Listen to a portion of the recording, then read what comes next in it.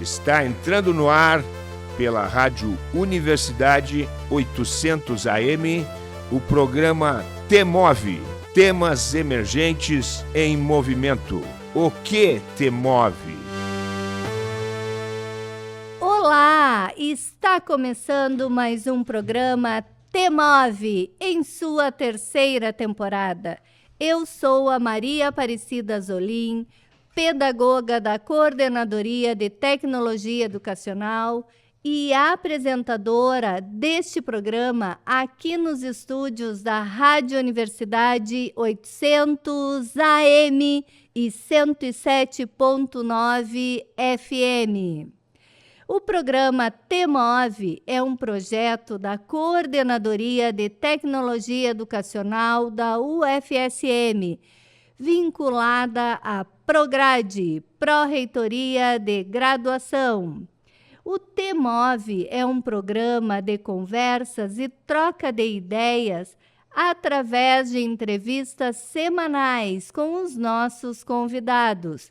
Sempre buscaremos temáticas que contribuam para uma educação democrática, dialógica e equânime, bem como uma vida mais saudável, sustentável e feliz.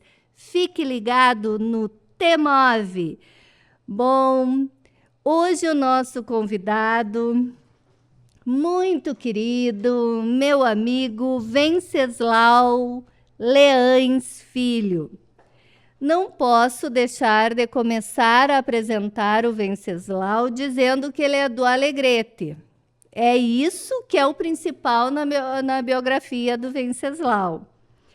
Professor aposentado do Cefet, DDI UFSM, mestre em Ciências do Movimento Humano, doutor em Educação, ambos pela UFSM. Venceslau, seja muito, muito bem-vindo ao T-Move. Bem, bom dia, eu agradeço o convite, né, e estou à disposição para a sua arguição. Vai ser uma conversa muito, muito legal. Venceslau, o que te move? Bom, para responder essa pergunta, eu vou colocar um pouco da minha trajetória de vida e profissional. Tá? Então, veja bem, assim, em 75, eu entrei para o curso de Educação Física e me formei em 77. Naquela época, o curso era 3 anos, né? Hoje passou para 4. E eu, como você disse no início, eu nasci em Alegrete, estudei todo o tempo de escola em Alegrete, né, no Alegrete, e vim para a universidade em 75. Depois, quando eu me formei, em 77, eu assumi essa questão de ser professor. Então, de certa forma, isso é que me moveu desde ali. Né? Eu me formei em 77. Nessa época, o meu pai morava no Rio. E eu fui ao Rio e comecei uma atividade mais por curiosidade e oportunidade que tive de trabalhar no Botafogo, do Rio de Janeiro, como auxiliar de preparação física da equipe juvenil de basquete do Botafogo. E por lá fiquei mais ou menos uns 3 meses, assim, dezembro, janeiro, fevereiro e março, mês de março. Aí quando voltei para Santa Maria, porque recebi um convite de um professor da universidade, do Centro de Educação Física, tinha sido meu professor, o professor Aloysio, que depois foi diretor, inclusive 2 vezes, do Centro de Educação Física, para ajudar ele a trabalhar junto com uma escolinha de ginástica olímpica que funcionava no Corinthians. Nossa! Né? E aí eu fiquei aí trabalhando com a escolinha de ginástica olímpica, que na verdade era uma preparação assim para a gurizada, né? E que fazia vários tipos de atividades mais recreativas do que propriamente visando um viés assim mais técnico da ginástica olímpica, né? E depois, nesse meio tempo, em 78 mesmo, eu recebi, então, um convite na época tinha a Delegacia de Educação em Alegrete, para assumir um contrato. Né? Na época era 20 horas, eu acho, o contrato de 20 horas.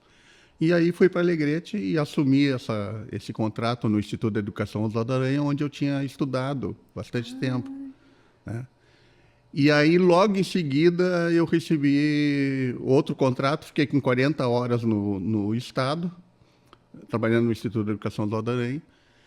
E depois, eu não lembro se 79 ou mesmo, eu não lembro precisamente a data, eu fiz o concurso para o Estado. E aí fui nomeado, aí, tanto no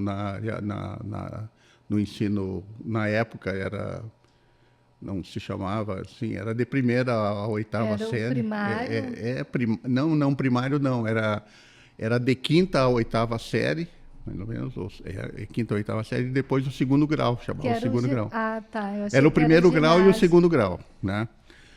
E aí fiquei trabalhando lá até 84, que em 84, na verdade, no fim de 83, eu fiz a seleção para o mestrado aqui, e aí eu fui aprovado, e em 84, quando eu vim para cursar o mestrado, eu consegui a minha transferência para cá, como professor do Estado. Né?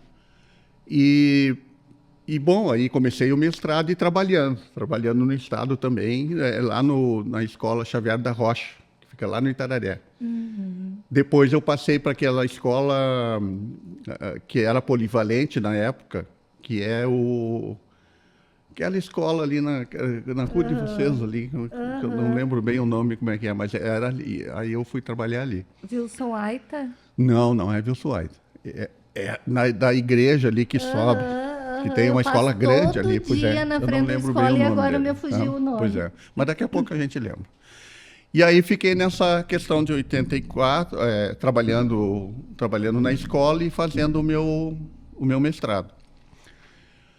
Bom, aí, quando Pedro Simon assume é eleito governador do Estado, ele cria o secretário de Educação na época, que era...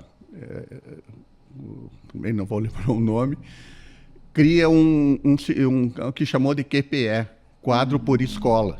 Uhum. Então, isso foi uma tentativa de reorganizar os professores nas escolas, porque tinha sempre essa questão que até hoje se perpetua, falta de professores. Uhum. Então, tentou fazer uma maneira de que alguns professores que estavam, entre aspas, a mais na escola, passasse para outra escola para suprir essa... Uhum. Tá? E eu, como eu era o mais novo na escola, eu sobrei, fiquei de fora, eu fiquei à disposição da delegacia para me colocar em algum lugar.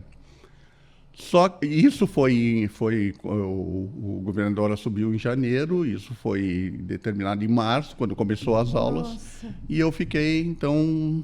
sem escola, eu fiquei à disposição eu fiquei na delegacia, mas eu, por exemplo, ficava em casa, não tinha, enquanto não havia uma colocação para mim, eu não tinha nenhuma, não. E isso ficou março, veio abril, continuou a mesma coisa, maio, nossa. Né? E eu sem escola, eu ia na delegacia de não, olha, aguarda, professor, que a gente estavam reorganizando tudo e saber onde que ia me colocar, né? E aí, nesse meio tempo, o professor Osório, que foi meu colega depois aqui no Centro de Educação Física, que era professor já do Centro de Educação Física, estava para ir fazer o doutorado na Alemanha. E o professor Aloysio, esse que eu tinha trabalhado com ele, era o diretor do centro. E eu falei com a Luísa, né? Expliquei a minha situação, olha, eu estou aqui, estou nubrando, E aí ele se interessou, e na época era possível, ele conseguiu a minha cedência do Estado para o Centro de Educação Física. Aí eu fui cedido para o Centro de Educação Física. E assumi justamente a disciplina que o professor Osório estava deixando, porque ia para a Alemanha, que era treinamento 1, treinamento desportivo 1. Tinha treinamento desportivo 1 e treinamento desportivo 2. O treinamento 1, então, ficou com minha responsabilidade, e o treinamento 2 era o professor Renan. Bom, e nesse meio tempo eu já tinha concluído o meu mestrado, né, já tinha defendido a tese. Isso deve ter sido em 89, eu acho que foi essa... não me lembro a data certa. Mas essa foi a trajetória. Então, isso é que me move hoje, né? Essa questão da educação física e, principalmente, pensada sempre a partir da escola. Né? Embora eu tenha trabalhado com atividades esportivas na escola, no Estado, né? Formei equipes de handebol, formei equipes de basquete, mas sempre o que me moveu mesmo foi esse interesse pela escola. E aí, eu fui 13 anos professor do Estado. Né? 13 anos. Um tempo. É um tempo grande. Aí, lá em Alegrete ainda, nesse Instituto de Educação Oswaldo Aranha, onde eu trabalhava, eles tinham o curso na época se chamava magistério, o curso de magistério. Que hoje é o curso normal. E hoje é o curso normal. E aí na época lá, eu não sei, assim, essas coisas que vão acontecendo, eu fui convidado para dar didática da educação física para o curso de magistério. Né? Não era aula de educação física, era didática da educação física. Eles tinham a educação física em outro horário, outro professor. E essa oportunidade de trabalhar com isso, aí eu me achei, né? Porque aí eu comecei a estudar essa questão da didática, da pedagogia, comecei a correr atrás desses conceitos e tentar começar... Porque uma coisa que preciso colocar é que a formação que eu tive, né, e de certa forma, hoje está diferente, porque hoje existe um curso de licenciatura e um curso de bacharelado, mas quando eu comecei a entender da questão, eu me dei conta que eu tinha sido formado mais para ser um bacharel do que um licenciado. Para formar atleta. Não é formar atleta, o bacharel é aquele que pode trabalhar em qualquer atividade a não ser a escola. Né? E o licenciado é justamente o contrário. O licenciado é aquele que o foco é a escola. Né? Então, isso, por exemplo, quando eu comecei a dar essas aulas de didática de educação física, eu me dei conta disso. Então, foi um aprendizado mútuo. Foi tu aprendeu com os alunos e os alunos contigo. Porque veja o seguinte, assim, ó, quando você decide ser professor, né, e aqui eu falo professor em qualquer nível, por exemplo, seja lá no ensino médio, mesmo no ensino superior, uma das questões que pelo menos para mim me colocou, e até hoje eu penso nisso, é que você é professor e aluno. Né? Você vai ter que estudar para a vida toda. Né? Ainda mais hoje, por exemplo, com a evolução das questões e a quantidade de informação que você tem através das redes, né? Isso quase te obriga a uma atualização constante. Né? Então, isso foi uma das questões também que, para mim, foi sempre clara isso. Né? Eu sempre estudei, sempre tentei... É claro que você vai tendo outros... Vai mudando os níveis de interesse, você vai construindo uma paisagem onde você vai se constituindo como professor. Né? Você tem você não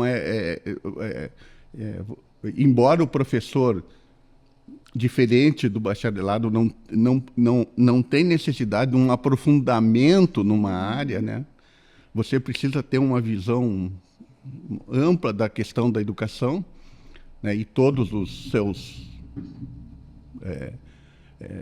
conteúdos, enfim, toda essa questão que está aí. Mas, então, isso foi que me moveu.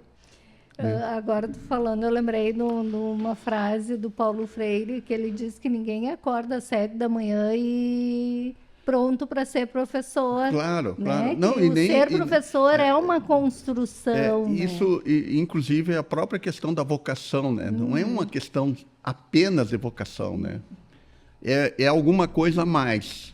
Essa questão da vocação tinha muito a ver com a questão religiosa, né? Porque os primeiros professores eram confessionais, né? Geralmente padres ou freira. Daí essa ligação que professor é vocação. Eu acho que isso mais prejudica do que, né? Tem a vocação, então não precisa receber bem, porque é uma vocação. Inclusive falavam naquela experiência, um sacerdócio da profissão, né? Não é bem isso. Se a gente vai ver a história, entende o porquê disso. Você precisa... Então foi isso que me moveu. Né? Isso que me fez ir chegar até a aposentadoria. E hoje ainda continuo nessa, porque embora eu esteja aposentado, eu continuo lendo, me interessando por alguma coisa. Tenho oportunidade, às vezes, de discutir essas questões com colegas, enfim. Então continua atuante, só não aqui, né, claro, cumprindo horários. Isso. E Venceslau, o que não te move? Porque tu é uma pessoa tão tranquila, tão calma. Quais são as coisas assim que realmente te incomodam? Que fazem sair do prumo? Não, bom, eu sair do prumo, assim, não é difícil eu sair do prumo. Mas tem algumas coisas, assim, por exemplo, eu sou muito caseiro, né? Viajar, por exemplo, tem o seu lado bom, mas para mim não é uma coisa assim que me move, né? Por exemplo, depois que eu saio e estou lá, eu até aproveito e coisa, mas voltar para casa é o melhor para mim. Eu sou assim também. Então, não sei, eu não tenho assim muita questão assim de dizer que isso não me move, mas já a tua pergunta assim seria isso assim, né? A Cláudia diz que eu tenho muita rotina, mas não é uma rotina, né? É apenas eu gosto de estar em casa, eu gosto de fazer as minhas coisas, eu gosto então é isso. Uma vida mansa, pegando como se referiam ao Paulo Dentro do Freire, possível, né? Uma vida mansa. Não, e veja assim, além de toda essa questão profissional que eu tive e o mestrado e depois o doutorado, enfim, essas coisas assim, nós criamos 3 filhos. Hoje já são adultos. E que isso te toma um certo tempo, tu tem uma dedicação em relação a isso, né? Não é então, isso foi uma coisa que eu sempre tive cuidado, né? De que, para mim, assim, foi sempre uma coisa... Eu nunca pensei a minha profissão, vamos dizer, o meu crescimento profissional acima dessa responsabilidade de filho, de casa, de família. Nunca. Inclusive, eu acho assim que eu podia ter feito outras coisas com mais, com outras perspectivas, mas que eu fiz uma opção de ficar nessa, né? Conseguir conciliar essas duas coisas de maneira tranquila, assim, não que nenhuma me estressasse, nem a outra ficasse, né? Mas perfeito.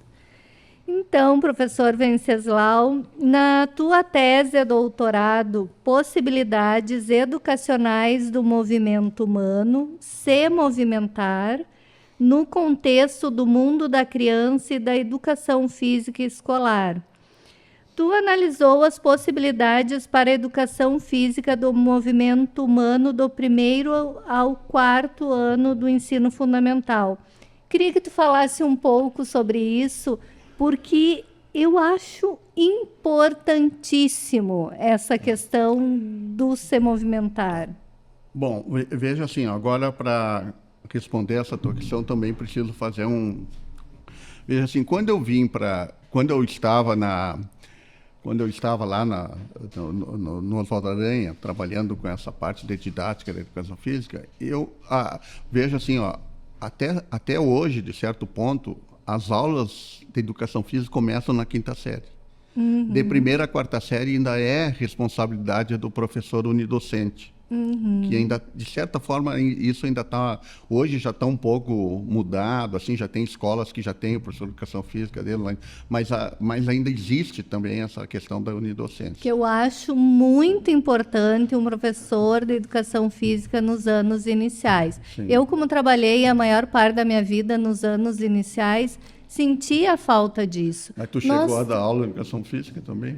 Assim, ó, dentro das limitações, claro. porque eu fiz magistério, depois passou a curso normal, eu peguei a metade no magistério, a metade a mudança de nomenclatura. Depois vi na pedagogia a didática da educação física, mas são pinceladas, Claro, né? claro. Nada como um profissional claro. que é formado para isso. Claro. Então, eu acho que trabalhei assim, ó. Eu no curso de magistério sempre dizia, colocava para as alunas, né, dizia, porque a maioria é aluna, falar aluna porque era a maioria, eu acho que eu não tive nenhum do sexo masculino como aluno no magistério. Eu tive um colega só. Eu não tive. Então eu sempre dizia para elas que o objetivo nosso ali, da quantidade da educação física, e falar o que nós falávamos, discutimos sobre a educação física, não era fazer uma formação delas em educação física. Era possibilitar, pensar um pouco a educação física dentro do contexto que elas iam encontrar. Né? Porque, veja assim, tinha muitas escolas, e isso eu acho que, de certa forma, em alguns lugares permanece, como agora, que não tem espaço para educação. O espaço da educação física é muito limitado. Não adianta você pensar fazer isso se você não... E depois outra questão que era muito presente era a falta de materiais, alguns materiais. Não precisa grandes materiais, mas o mínimo você precisa ter. Então, essa era o objetivo. Bom, mas dentro desse contexto lá que eu estava falando, eu me dei conta, assim, ó, como eu dava aula dessa didática dentro da sala de aula, era dentro da sala, mas eu também trabalhava no pátio da escola com a educação física, com o esporte, com as aulas de educação física. Aí eu via as professoras de 1ª a 4ª série trabalhando com os alunos no pátio, como sendo uma aula de educação física, mas que não... Assim, eu comecei a ficar crítico daquela situação ali, né? Eu comecei a me dar conta que não... Que podia fazer alguma coisa diferente ali, né? E aí eu falei com a coordenadora pedagógica dos anos iniciais, e quando eu coloquei a primeira coisa que ela disse assim, mas você tem conhecimento sobre psicomotricidade? Né? Porque se tinha aquele entendimento que aula para criança era essa parte da psicomotricidade. Né? Porque a ideia era essa, era que aquelas atividades físicas fossem complementares e auxiliares daquelas atividades dentro da sala de aula. Né? Mas isso é outro assunto, depois podemos notar, né?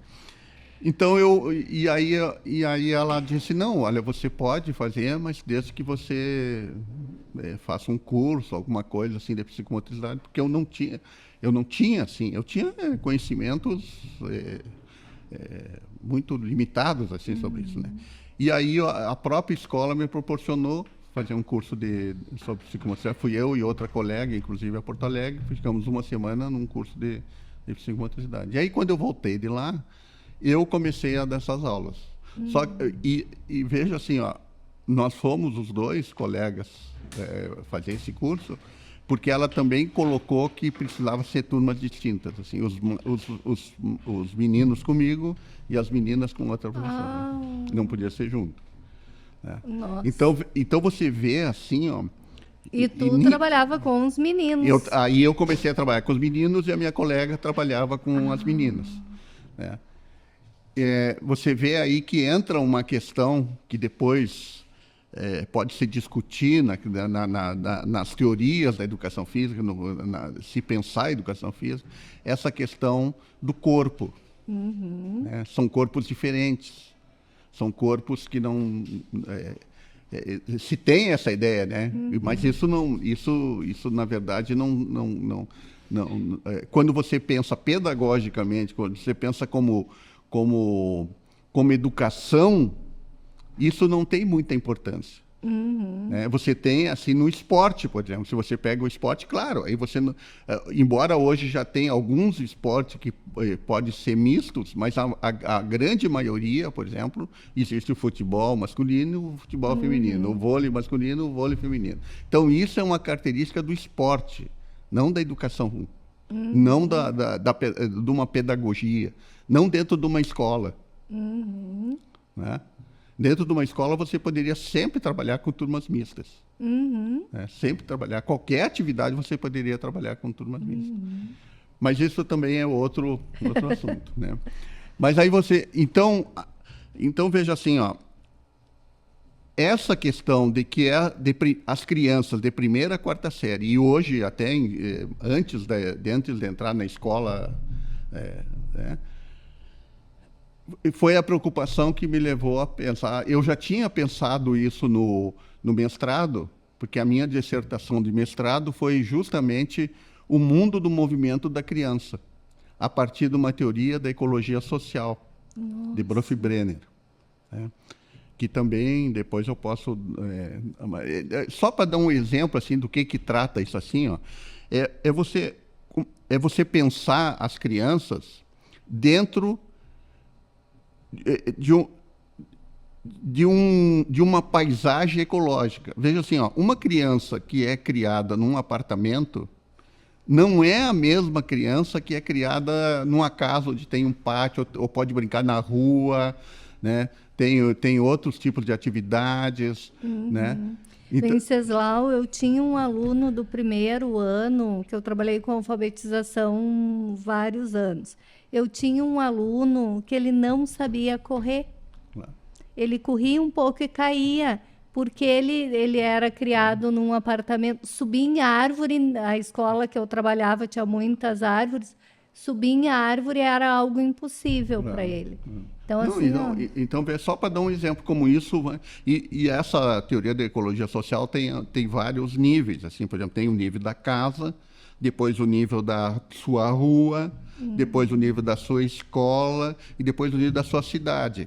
Né? Porque as cidades, por exemplo, né, se você chega nesse âmbito, as cidades não são feitas para as crianças. Não. São feitas para os carros, principalmente, e depois para os adultos. Nossa, que interessante então essa foi a dissertação de mestrado. E aí, quando eu... respondendo a tua pergunta mais diretamente, a minha tese de doutorado foi, de certa forma, continuar a fazer uma reflexão em cima disso, mas agora já com outras teorias. O se movimentar, por exemplo, que é um conceito que o professor Eleonor Kunz cria, né, desenvolve, não é? Desenvolve, né? E que tem uma série de implicações, inclusive, com isso ele cria uma teoria da educação física em torno desse se movimentar.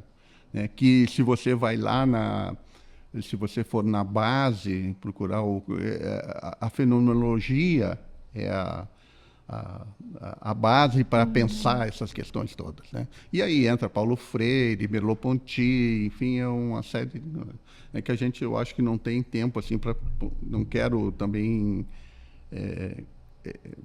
aprofundar essas questões para que você possa me arguir ainda. Mas eu queria que tu falasse um pouquinho mais do se movimentar. O que é isso? É movimento? Não, veja assim, ó, a base de pensar essa questão é assim, ó, quando... Inclusive há implicações sobre isso, porque, por exemplo, gramaticalmente não está certo, né? Seria movimentar-se, não se movimentar. Mas o interesse que está aí é mostrar que é o ser que se movimenta. O todo teu, não é não é o corpo, não é o espírito, e num espaço, e numa paisagem. E que, que a criança já nasce pronta para isso. Claro, veja assim, ó,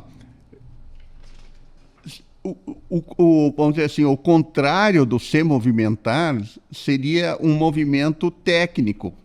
Né? Por exemplo, para pegar dentro do campo da educação física. Ou se quiser, quando você fala em movimento, por exemplo, né? É um movimento mecânico, é um movimento físico, é um movimento com sentido, é um movimento, enfim, com outras... Né? Então, essa foi a intenção de caracterizar que é um movimento do ser, né? O se movimentar. Né?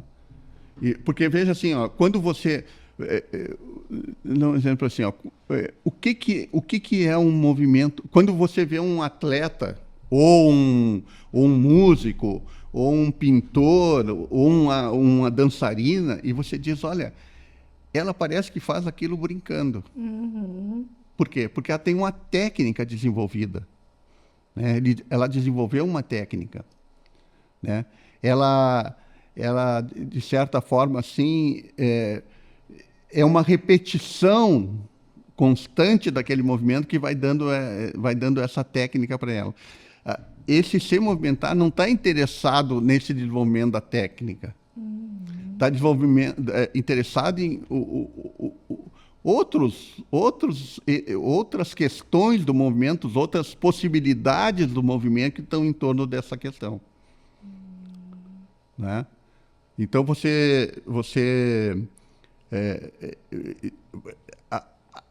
vamos dizer assim, a grosso modo, o se movimentar é fugir do movimento técnico, do movimento mecânico. Né? É um movimento que pode ter N significados. Né? É quase uma desestruturação do movimento técnico. Outros elementos que... Então, veja assim, ó, então, por exemplo, a aula de educação física, para muitos, e isso é um fato, é desagradável na escola. Tem muitos que fogem. Por exemplo, enquanto é criança, eles adoram. Isso fica claro. Assim, quando chega assim, a partir da sexta, sétima série, que começa a ficar pré-adolescente, assim, já não há. Por exemplo, tem muitos atestado médico, muitas desculpas para não fazer educação física. Quando você faz uma pequena pesquisa, assim, sobre, por exemplo, quando eu entrei para a universidade, quando eu fiz o concurso, foi em duas áreas: história da educação física e psicomotricidade. A psicomotricidade era para o curso de pedagogia do Centro de Educação. E lá, quando você fazia... Então, lá já era um curso de formação de pedagogas, né, um nível mais elevado de psicomotricidade, só falar isso. Quando você fazia pesquisa assim, sobre quais eram as suas experiências, o que tinha... se lembrava das aulas de educação física, na época de criança, muitas não queriam responder. Não queriam responder. Então, vou te contar a minha experiência da educação física. Eu sou uma pessoa muito atrapalhada. Sempre fui. Daquelas que a lateralidade ela não funciona. Se tem uma cadeira só numa sala vazia, eu dou um jeito de tropeçar naquela cadeira. Mas um copo aí, né? Para os ouvintes, para abrir o copo d'água, derrubei todo na mesa. E sempre fui assim, desde criança. Então, na quinta série, na época, na minha escola, tinha a possibilidade de escolher dança. E eu fui para dança. Sim. Daí, lá pela oitava série, a professora foi embora e eu tive que fazer esporte na quadra, porque eu era obrigada a fazer. Sim. Nossa, eu ia correr... No vôlei era só bolada na cabeça. Handball, eu acho que é a experiência mais traumática que eu tive na vida. Nunca recebi tanta bolada na vida. Então, assim, a educação física de quadra realmente me traumatizou. Daí no ensino médio eu consegui, veio outra professora, voltar para a dança. E eu vejo assim a evolução. Eu estudei na mesma escola que eu trabalhei. Hoje na escola tem um professor que é o Mário Luiz Corsini, que ele é fantástico. Ele trabalha modalidades assim, que eu não jamais imaginaria de ter numa escola pública, tipo tênis, arco e flecha. Ele vai ouvir o programa e vai me matar, porque ele ficava bravo quando eu dizia ping-pong, que não é ping-pong, tênis de mesa, eu acho, Sim. né? Tênis de mesa. Então, assim, uma qualidade das aulas que os alunos podem escolher na área de interesse. Que na minha época, eu só podia, quando tinha dança, eu escolher dança, senão eu era obrigada a fazer um esporte de quadra que eu detestava. Claro. Mas você vê assim, por exemplo, o que tá por trás dessa questão toda, por exemplo, se você analisa, é que as aulas de educação física, e hoje, e de certa forma até hoje se mantém essa questão, ela tá por trás do esporte. O esporte é a questão, né? Quando que com crianças, e inclusive em qualquer nível você pode trabalhar, é com vivências de movimento, onde o esporte é um conteúdo, não é a aula. Né? Não é a aula. Né? Isso não quer dizer que você não tenha que ter o esporte, não tenha que ter conhecimento do esporte e até poder praticá-lo. Porque o esporte é um componente cultural. Né? Isso é cultural, está em todas as civilizações. Não é de graça que a repercussão que tem as Olimpíadas, principalmente, que aparecem vários esportes. Mas o esporte não é a aula de educação física. É uma das coisas. É um conteúdo, como é a dança, como é outras experiências. E principalmente essa questão vivências de movimento. Onde você vai o pular, o saltar, o arremessar, o jogar, mas não dentro necessariamente de um espírito competitivo, mas sim participativo. Não, então isso é que traumatiza, porque veja assim, você citou o voleibol, porque o voleibol é um jogo muito técnico. Se você pegar pessoas assim que não têm uma habilidade, que não desenvolveram uma habilidade, o jogo não vai sair, vai ficar muito sem graça. Com a dança, e na dança mesmo essa questão de eu ser atrapalhada, na dança não interferia, por ser mais calmo. Claro. Eu acho que o esporte, essa questão da competição, aquilo tem que pensar rápido, que também não é uma característica que eu tenho. E era tudo muito assim, não dava tempo de eu pensar o próximo movimento. Sim, então, mas é justamente isso, porque veja assim, uma coisa que essas atividades, essas vivências de movimento podem proporcionar é justamente desenvolver uma melhor coordenação nas crianças. Mas isso não quer dizer que todas vão chegar no mesmo nível de coordenação. Porque um componente fundamental para você se dar bem num esporte é a coordenação. Claro, depois entra outros elementos técnicos, enfim, em qualquer esporte. Mas se você não tem coordenação, você se sente ridículo fazendo algumas atividades. Não, eu sou tão ruim no vôlei que eu tenho uma experiência assim, que quando eu lembro, eu digo... Tinha uma gincana na escola e uma das provas era um jogo de vôlei e tinha que ter um professor no time. Eu, era da minha equipe, fui como jogadora. Foi que os alunos disseram assim, professora, fica paradinha, a senhora não faz nada, porque eu estava atrapalhando tanto o jogo. Que não, professora, a senhora tem que estar aqui, mas fica paradinha e não atrapalha mais. Então, realmente.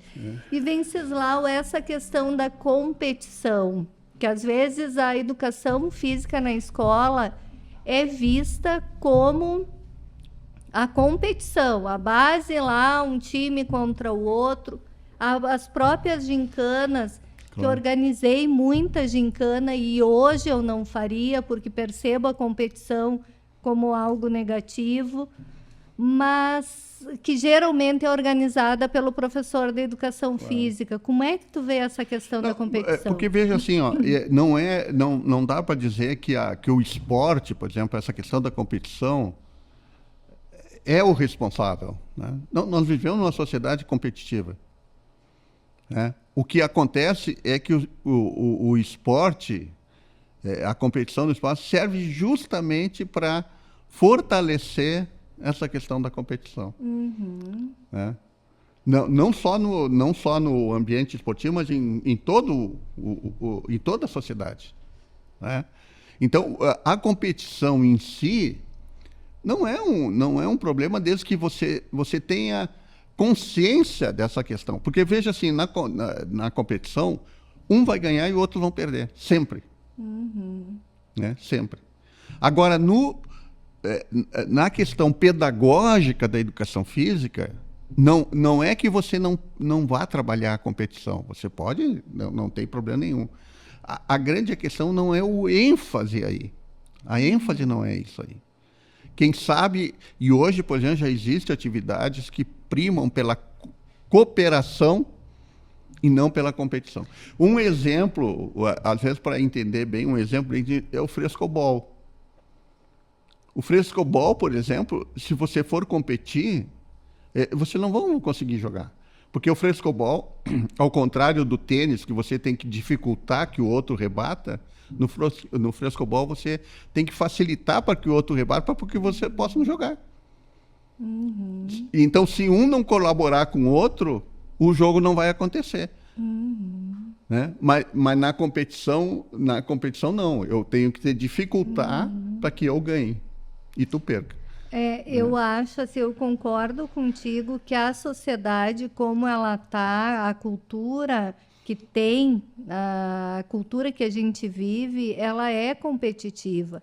Mas eu já defendo a ideia que a escola não tem que reproduzir isso. E quanto menos competir, mais colaborar, a gente vai estar ensinando a ter uma sociedade no futuro menos ególatra, menos egoísta, menos individualista, porque sempre quando compete é a anulação do outro, né? Eu tenho que ser melhor do que o outro. Mas isso é bem complicado, né? Porque você vê que hoje a escola assim, não tem mais como é que eu vou dizer assim, o monopólio da formação. A mídia, por exemplo, né? A mídia e todos os outros, seja qualquer mídia, às vezes interfere muito mais nisso. Ou seja, tem uma frase agora não vou me lembrar aqui, mas ele disse assim o seguinte, ó: o que a escola constrói ao varejo, a mídia destrói ao atacado. Eu acho que foi o Brizola. Acho que foi o Brizola que disse isso. Então, por exemplo, o que você trabalha na escola tentando dar uma visão diferenciada dessa questão, a mídia destrói. Olha o valor que se dá para o vencedor. Eu sempre digo assim... E não é só no esporte. Né? Aqui, por exemplo, se dá bem na vida. Né? Isso é uma questão interessante, porque você veja assim, ó, o professor Silvino Santin, que era um professor aqui da universidade, da área de filosofia, ele tinha uma história muito, muito legal sobre isso. Assim, né? Ele dizia assim, ó, ele fez o doutorado dele na França, em 68, 69, por aí, 70. Então, ele contava o seguinte, assim, ó, depois da guerra, a Europa estava destruída, né? Precisava se construir tudo de novo. E na França, por exemplo, ele coloca isso como sendo... era uma história que tinha lá. Não sabe se é verdade, se é invenção, mas a história é boa para usar como metáfora para essa questão. Né? Paris estava destruído, não tinha emprego, as pessoas não tinham de morar e coisa, e andavam procurando. Aí resolveu começar a bater carteira no metrô. E aí começou a bater carteira e vivia daquilo. Batia carteira no metrô e vivia. Deu tão certo isso, ele começou a se achar tão... montou uma escolinha para ensinar a bater carteira. Né? Aí tinha uma escolinha para bater carteira. Né? E aí começou a dar aula, ensinava a bater carteira. Né? Aí até que um aluno lá perguntou, mas professor, e se eu for preso? E aí ele disse, não, se tu for preso, tu rodou. Quando tu sai da cadeia, vai ter que fazer o curso de novo. Né? Então ele usava isso como metáfora para dizer assim, ó, o mundo acadêmico, não o mundo acadêmico, um mundo profissional está cheio de pessoas com um currículo excelente, bem colocadas, com uma formação acadêmica boa, né? Infelizes. Foram presos. Não conseguiram bater a carteira direito. Né? Essa formação, essa vida que criaram, não trouxe a felicidade. Não são pessoas... veja assim, ó, o grande, que não é muito comentado, mas o grande número de suicídios, que está aumentando, inclusive. E agora, inclusive, com jovens. Né? Que a competição não é boa. Não, mas veja assim, ó, há um tempo atrás eu li a notícia assim, ó, que o metrô de Paris, você abria a porta onde quisesse. Aonde quisesse, mesmo andando, tu podia abrir a porta.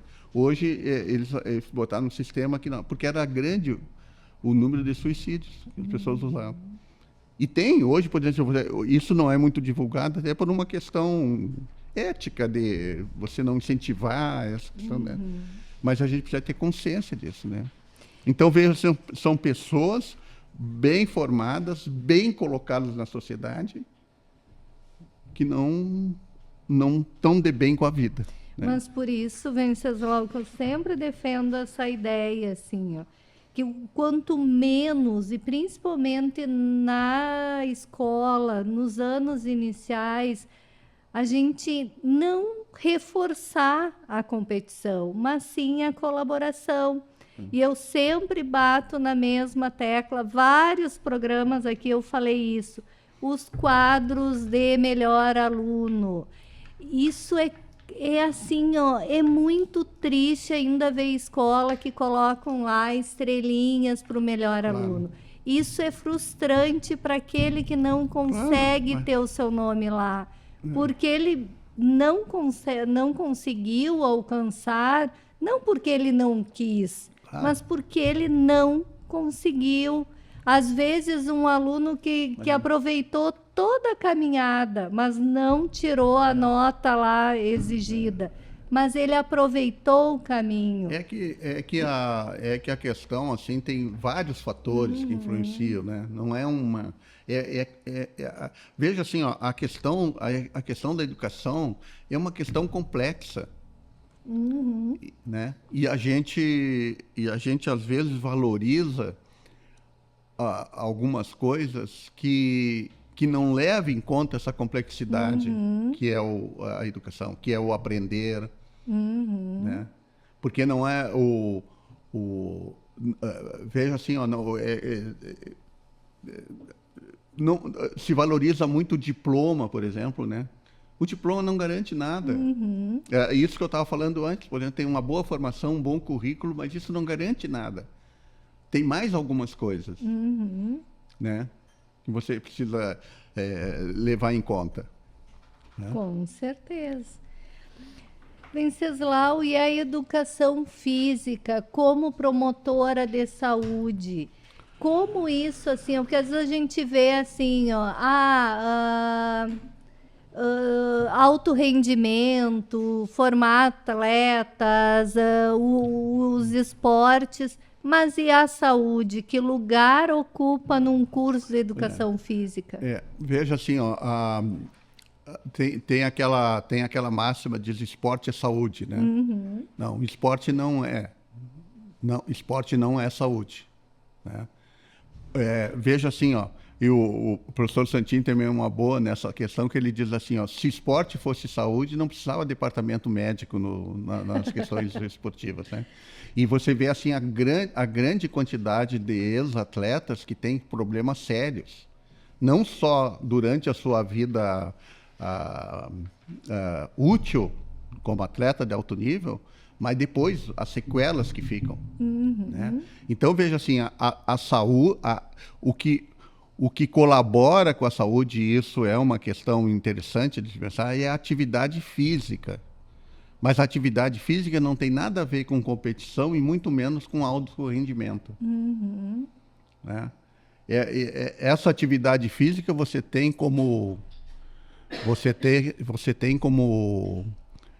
realizar de forma também pode ser dirigida por um professor de educação física, pode ser aconselhada por um professor de educação física, mas é diferente de uma atividade física para competição e para o alto rendimento. Né?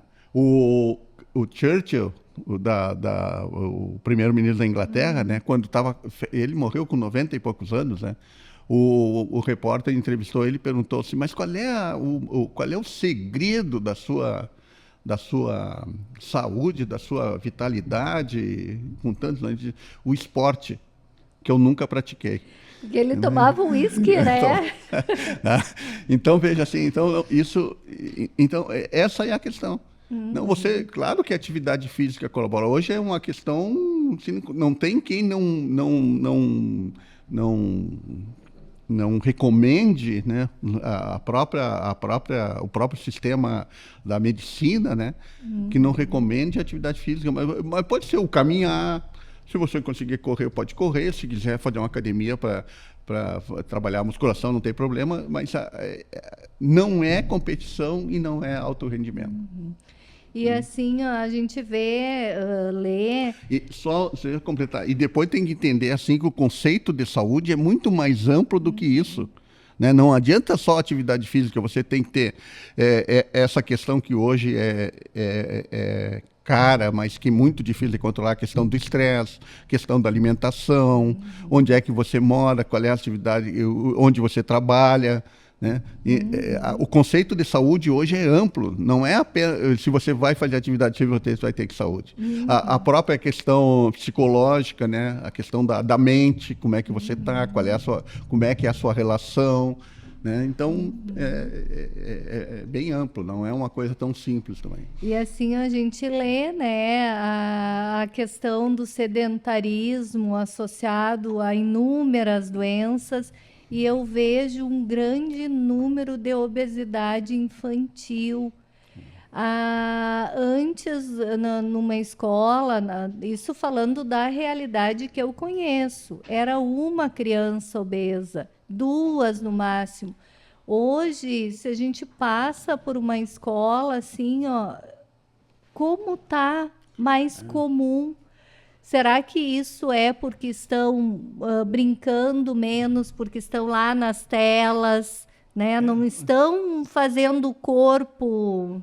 Também é uma série de fatores, né? Não dá para determinar uma questão. Por exemplo, veja assim, hoje tem evidências, grandes evidências assim, que uma das responsáveis pela questão da obesidade é a ansiedade. Agora, descobrir onde é que está essa ansiedade, né, não é tarefa fácil. Né? E depois, outra coisa, quando nós falamos assim, descobrir a ansiedade, nós estamos falando de uma classe, de uma parcela da população que pode procurar essa né?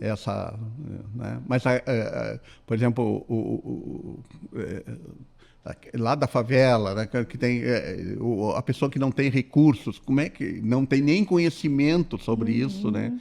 Ele não consegue se dar conta que o que está ali por trás dessa questão quem sabe, uma ansiedade, um desconforto. Né? Então é complicado, né? E também essa questão, né? Hoje, por exemplo, eu costumava dizer assim, no meu tempo de criança, por exemplo, o castigo para mim era não sair de casa. Ficar em casa de castigo, não poder ir brincar na rua, jogar bola. Hoje é o contrário, quando você quer castigar, você manda para fora de casa, né? Você sai da frente do computador, sai da frente da televisão.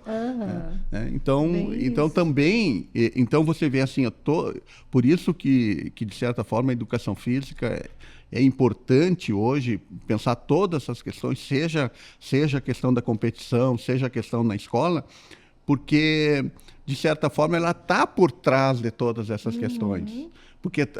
Porque trata dessa questão do se movimentar. É um ser que se movimenta, mas não é um movimento apenas mecânico. É um movimento que está na sua totalidade do ser. Né? Quando você sente, por exemplo, quando você tem um problema de saúde, não é uma dor na perna, uma dor no estômago, é uma dor. Isso incomoda você em todas as questões. Exato. Não é? Então essa porque e hoje, por exemplo, não é de graça que hoje, por exemplo, na medicina desportiva, um dos campos mais desenvolvidos, né, no campo da medicina esportiva, é como recuperar mais rapidamente o atleta. Né? Só que isso tratado dentro desse ambiente da competição, do alto nível, do rendimento, é uma coisa. Agora, tratar isso fora dessa questão é outra. Né? Como recuperar alguém que tem um problema, mas esse problema, às vezes, não passa só por aquela questão de uma perna doendo. Né? Sim. Venceslau, infelizmente eu sou a portadora das más notícias, que o nosso tempo está acabando. Passou assim, ó, voando. Mas eu queria que tu falasse rapidamente quais são teus projetos para o futuro. Bom, é continuar vivendo. Perfeito, um bom Esse é o projeto. principal, né? Continuar vivendo e me encontrando com os amigos, podendo ter ainda autonomia para fazer o que gosto de fazer, né? E, enfim, viver. Né? Ótimo projeto. Então, o TEMOV vai ficando por aqui. Agradeço muitíssimo, professor Venceslau Leães Filho, por estar aqui conosco. Muito, muito obrigada. Então, eu que agradeço. Muito obrigado. Eu sou a pedagoga da CTE, Maria Aparecida Azolim, e apresentadora deste programa aqui nos estúdios da Rádio Universidade 800 AM e 107.9 FM. O TEMOV conta com a produção da comunicadora social Luísa Peixoto, trabalhos técnicos de Gianoal e direção de rádio de Jonathan Ferreira. Você pode ouvir novamente essa e as outras edições do nosso programa no YouTube, no canal CTE UFSM. Também estamos no Spotify. É só buscar TEMOV UFSM e ouvir nossos podcasts com as nossas entrevistas. Se inscreva no canal, ouça o Spotify, curta e compartilhe. Nós estaremos de volta na próxima semana com mais uma conversa leve e descontraída e com muitas aprendizagens. Aqui pelos estúdios da Rádio Universidade 800 AM e 107.9 FM. Obrigada pela sua audiência. Até semana que vem e que a sua semana seja levinha, levinha e muito feliz.